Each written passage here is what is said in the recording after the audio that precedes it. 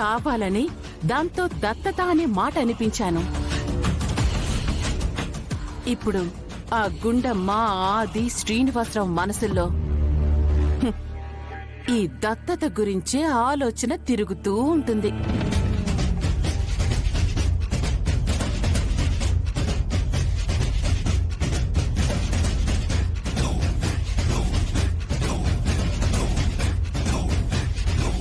ఇదే ఆలోచన బలపడి నేను దత్తత ఎందుకు తీసుకోకూడదు అన్న ఆలోచన దగ్గరికి వాళ్ళొస్తారు. అలా వచ్చి నిన్ను నిజంగానే దత్తత తీసుకుంటే గనక అప్పుడు అధికారికంగా ఈ ఆస్తి మొత్తం నీదవుతుంది. అంటే ఆ ఆస్తి నాకొచ్చినట్టే కదా. అది నా ప్లాన్.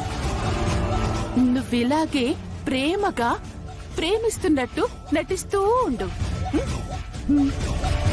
బ్యాక్గ్రౌండ్ లో నేను చెయ్యాల్సింది చేసుకుంటూ పోతాను.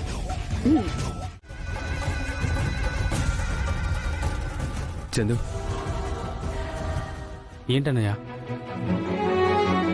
సారీరా. దేనికి?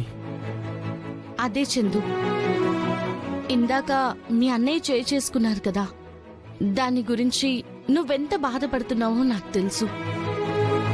కానీ మీ అన్నయ్య అంతకంటే ఎక్కువ బాధపడుతున్నారు. ఆ విషయం నీకు తెలీదు.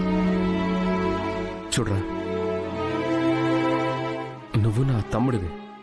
అసలు నువ్వు ఇలా బిహేవ్ చేస్తావని నేను ఎక్స్పెక్ట్ చేయలేదు తెలుసా. అందుకే నా తమ్ముడు ఇలా చేశాడన్న ఆవేశంలో కొట్టేశాన్రా.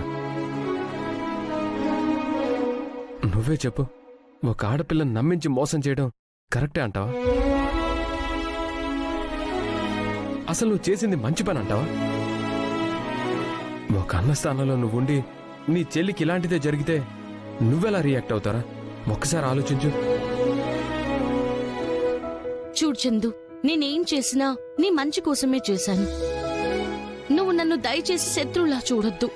ఉష చాలా మంచమ్మాయి. మనుషులన్న తర్వాత తప్పులు అందరూ చేస్తారు, కానీ దాన్ని సరిదిద్దుకున్నవాడే గొప్పోడు.